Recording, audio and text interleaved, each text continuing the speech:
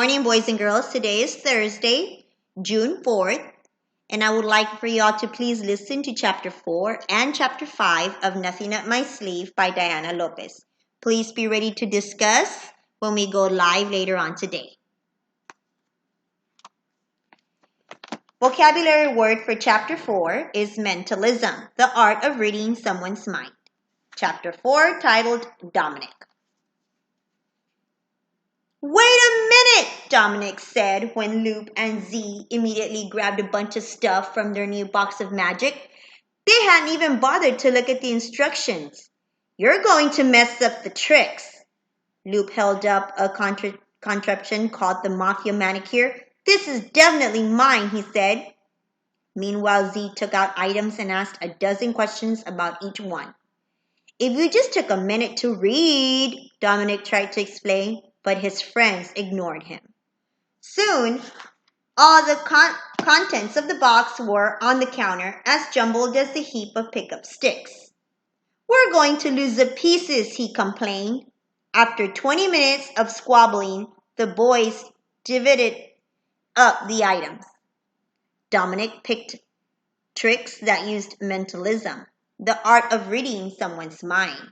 He'd always been fascinated by telepathy and telekinesis. In fact, his favorite superhero was Professor X from X-Men because he could control minds.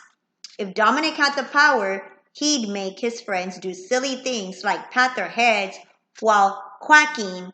He giggled just thinking about it. Loop and Z handed Dominic the instructions for all the magic tricks. "Why don't you take the booklet so you can tell us what to do?" Loop said. Dominic sighed. Every time they got a set of instructions, Loop and Z goofed off while Dominic figured things out. It didn't matter if they were learning how to play a new video game or conducting an experiment in their science class.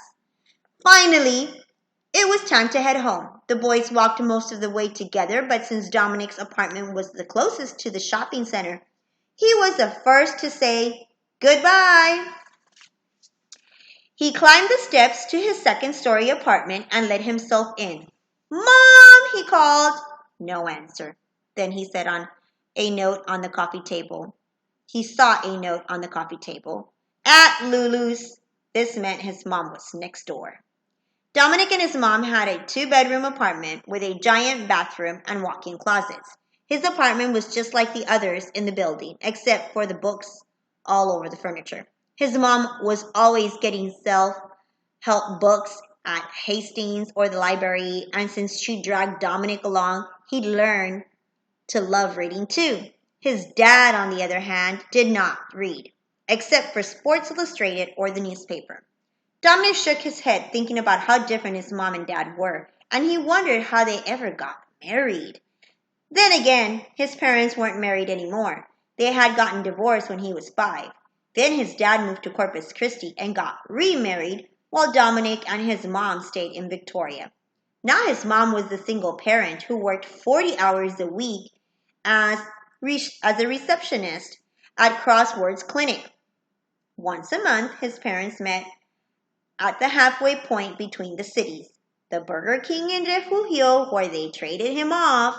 They might say hello to each other, but most of the time they simply nodded from a distance. So Dominic just grabbed his duffel bag and transferred it from one truck to another. He tried to bridge the gap by saying, "Mom told me to say hi," or "Dad told me to say hi," but his parents would just mumble something like, "Tell him," or her, "I say hi too." Sometimes he envied Loop and Z because they got to live with both their parents. Loop was only one child, but he had cousins and a grandma who always visited. And Z had tons of brothers and sisters. So those guys were never bored or lonely. If Dominic had more family around, he'd have extra people to talk to. But he didn't have any cousins or siblings. At least not the full-blooded kind. He had a half-sister on his dad's side. She was only 4 years old. So even if she lived next door, he probably wouldn't hang out with her. She was sweet, but she couldn't play basketball. She couldn't play anything more complicated than Candyland and video games with ponies and fairies, which were the only things his stepmom kept in the house. Saying they were age appropriate. Meanwhile, Dominic was 12 years old.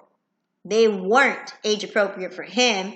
He liked to crash race cars and shoot monsters, but his stepmom said that was too violent for Maria Elena.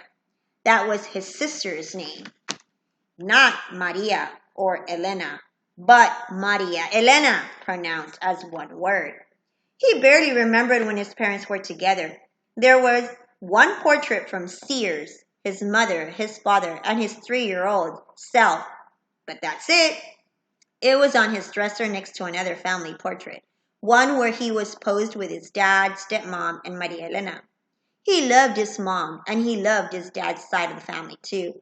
But every birthday and Christmas and awards assembly at school, he wanted to hang out with his entire family, and instead, they made him take turns. He didn't understand.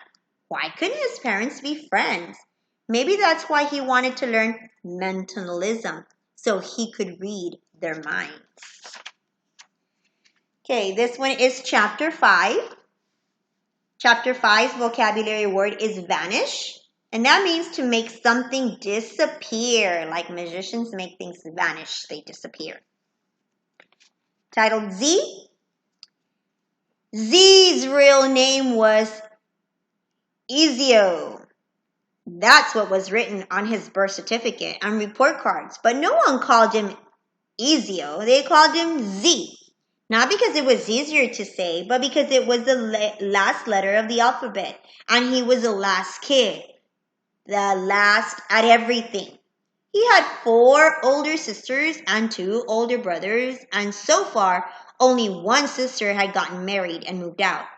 The rest of his family was crammed into a tiny house, including his sister, who went to Victoria College. But even a house full of people couldn't stop his cousin from coming over and spending the night too. The cousin was 2 years older than Z. And when he came, he threw Z out in his own bed. Z had to sleep on the couch, which gave him a crick in the neck. And when he complained, why did he have to give up his bed every time? Everyone just laughed and talked about how cute he was. Most babies of the family got spoiled, but not Z. He got new underwear and new shoes. That was it. His jeans and t-shirts were hand-me-downs. He got all the leftover toys and games, so they were either broken or missing parts. When serving dinner, his mother stood at the stove and made the kids line up behind her. Oldest to youngest, so she had to scrape the pan when it was Z's turn, which meant he got rice that was stuck to the bottom or a tiny chicken wing. His older siblings worked at the mall or at fast food places, but instead of saving lots of money, his whole family was broke. Who knew what his brothers and sisters spent their cash on? His parents had to feed everyone and pay a bunch of bills. So when Z asked for allowance, he might get $10, but mostly he got some weird amount like $3.19 or $5.04. He wasn't happy about it, but he understood. It was hard to raise 7 kids when you were the floor guy. That was the name of his dad's business. And he was really the floor guy. When you called the company, Z's mom answered, and the person who fixed your floor was his dad. They'd been doing this for years. The house was never quiet. Everybody talked at the same time. Stories never got finished. Z's hardly ever got started. That's when he didn't bother to say hello when he got home from conjuring cats. He just walked in and said, "There's a new magic shop in town, so now I'm going to be a magician." He waved his bag of magic tricks, but no one seemed to notice. His oldest sister had stopped by, and she and his mom kept talking about coupons.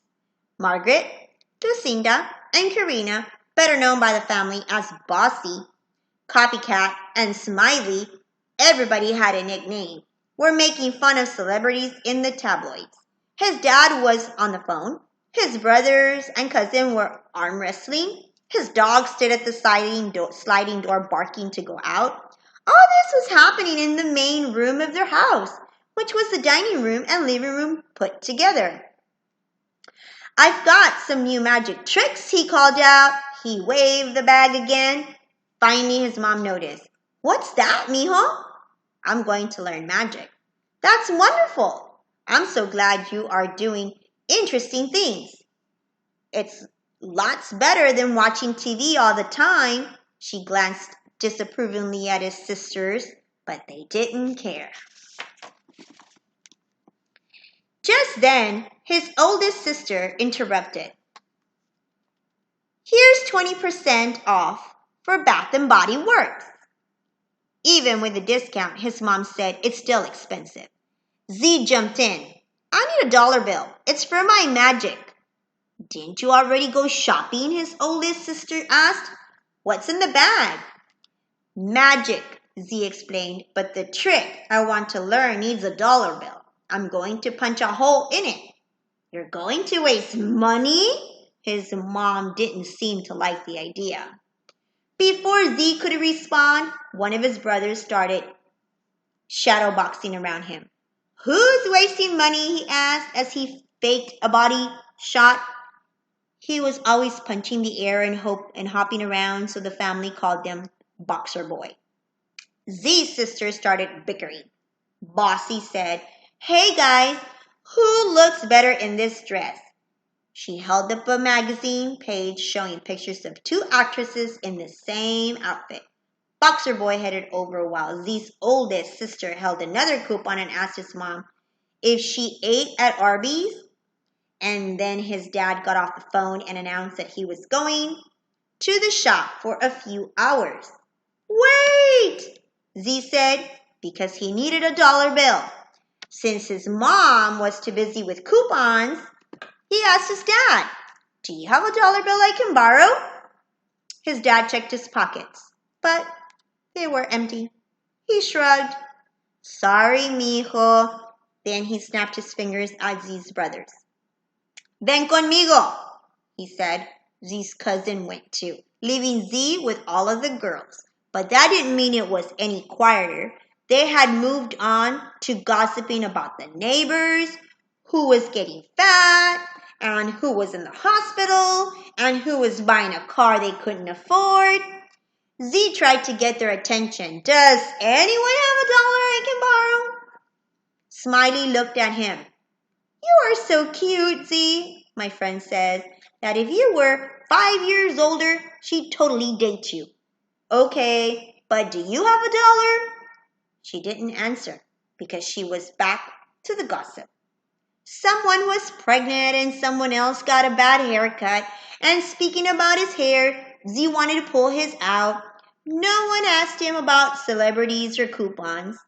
Not that he cared, but still.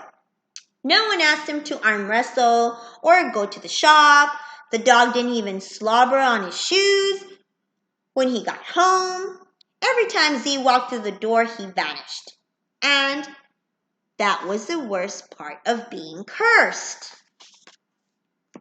That's the end of that chapter. Okay, boys and girls, hope you enjoyed, and I will see you later on today. Bye.